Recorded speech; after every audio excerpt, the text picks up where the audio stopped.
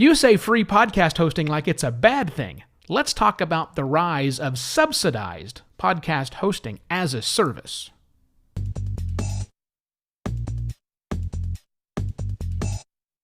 Hello and welcome to another Podcast Pontifications with me, Evo Terra. Podcast hosting is going through some massive changes. It was only 6 months ago that I got on this program, Podcast Pontifications, and told you why you should always pay for podcast hosting. Well, some changes have been afoot, and now I'm wondering.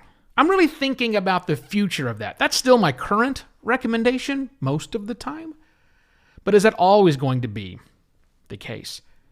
I can think of 3, and there are likely a whole lot more, new services that have come out on or around the same time I made that commentary afterwards that have taken free hosting to a new level. Now, we in the podcasting space, and if you are, as you are, a working podcaster, when you read the news of other podcasters about these new free podcast hosting services, that's what we focus on. Hey, it's a new company that offers free podcast hosting, but really, when you start to peel it back, and if you were to go in the boardroom of these companies, free podcast hosting isn't the business model. Free podcast hosting is the necessity. Their business model necessitates having free podcast hosting. And that's interesting to me. Let me give you 3 very specific examples of that one. So clearly you know who Anchor is. We all know Anchor is the free podcast host, but really if you peel it back, Anchor, what they were trying to do was it's appealing to people who want to start a podcast but don't even know where to begin. And so they made it super easy on your phone to do that. And of course, they gave it away for free. But the reason they gave it away for free is they had to. They had to make all the things work inside of their server. They had to take the files off of your phone that were connected automatically and upload it and squish it together. So their software ultimately required them to have, well, if they wanted a lot of people to use it, a free hosting. Try it out for free. Could they have charged? Sure, they could have charged, but they didn't charge. And look where they're at today. Hi, Spotify.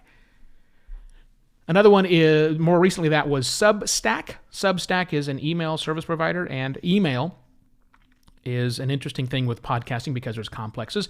But Substack came out with a new way to actually convert your paid email list or start a new paid email list that incorporates an audio file sent out via email as well as a podcast. Of course, for that to work, they have to have a lot of people utilizing their service because it does automatically the embedding in the file inside of the email that gets sent out. They want to tack on, they're going to be able to take a piece of the revenues of people that use Substack to make their audio-based newsletter. And you get a RSS feed if you want that too. It's a private RSS feed too, because people who are subscribed, if in fact if it's a subscription model, then you need to do that too. It necessitates having audio files available. And they could have charged for that, but they didn't. They're going to make their money in their business model from people who subscribe. They're going to take a piece of the subscription fee that paid newsletters are providing. And then most recently was a new company called Red Circle. Just came out a couple of days ago, or just announced a couple of days ago. Red Circle is trying to address a challenge that's been around for the longest time in podcasting, to where small-size podcasters can work together and collaborate to do promos for one another's shows. Now, I'm not here to talk about promos. I'm not a huge fan of promos inside of shows, but it's an interesting model. And in order to make sure that it's fair, the way that this Red Circle product works is if you have a smaller show and you're pimping a big show, they're turning the favor. They're going to pimp your big show. It may take you more times to serve the ad to get it parity. So the same number of people are exposed to both shows. Okay. And again, they have to have the podcast audio files to do that. Their business model necessitates free podcast hosting. And I find that intriguing. I find the idea of having free podcast hosting as a service, as part of the service that you provide, as just the thing on the back end. Yes, of course we have to do it this way. It really changes the conversation. It's an awesome time to be involved in startup culture that utilizes audio listening at your model, because more people are doing it than ever before. I see a change in the way that we approach things. Today, the question is all, how can I make money from my podcast? What can I do with my podcast to make money?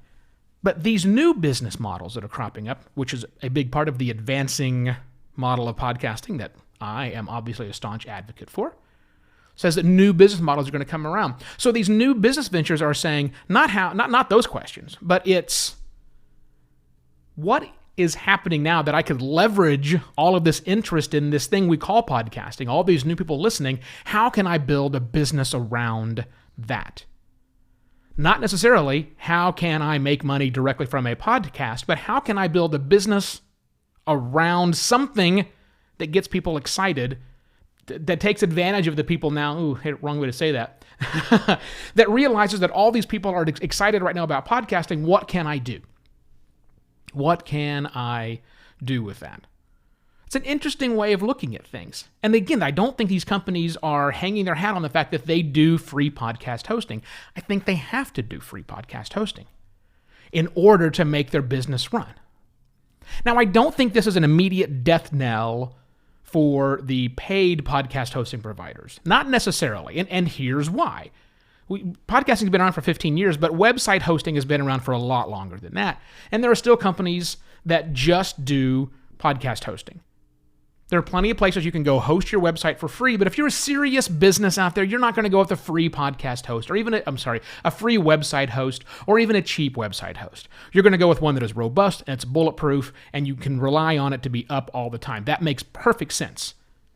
Okay, true. But if you really look back at the companies that are doing nothing but hosting websites, they're few and far between. You know, the company that hosts the most web content that's hosted is from a little company called, for 3 letters, AWS. Amazon Web Services. I think Google might be number 2. These companies do a whole lot more than just host media files. So, my prediction is, not a prediction, I'm counseling the other the hosting companies out there, of which I love these guys. They're some of my best friends, run podcast hosting providers, or podcast hosting companies. You're going to have to do more. Interesting stuff. Because I think a lot of these other companies are coming along the line. But again, there's plenty of room. There's always going to be people who want to have their own show and do their thing and have all the control and all those things they do. That's fine. But there's a growing number of people out there who are looking at this new space, this new place where audio is being consumed greater than ever before and seeing fantastic business opportunities arise out of that. And yes, most will fail. This is startup. This is the way startups work and don't work. The vast majority of them fail to get off the ground. But occasionally some really cool things can happen, and I see lots of cool things happening now that necessitate free podcast hosting. Subsidized, if you will, by other business models. Subsidized podcast hosting as a service. New, interesting way to think about things. Hey, business owner out there, if you're thinking about a podcast and you wonder what you should do, how you should get involved and take advantage, get in touch with me, would you? This is what I do. My company launches podcasts, it keeps them running, and also I got decades of experience back in business operations and marketing and a variety of aspects, running startups, so I'm sure I can help. Send me a note, evo@podcastlaunch.pro. Go to podcastlaunch.pro to see the current services we offer our clients. And that's it. I shall be back tomorrow with yet another Podcast Pontifications. Cheers.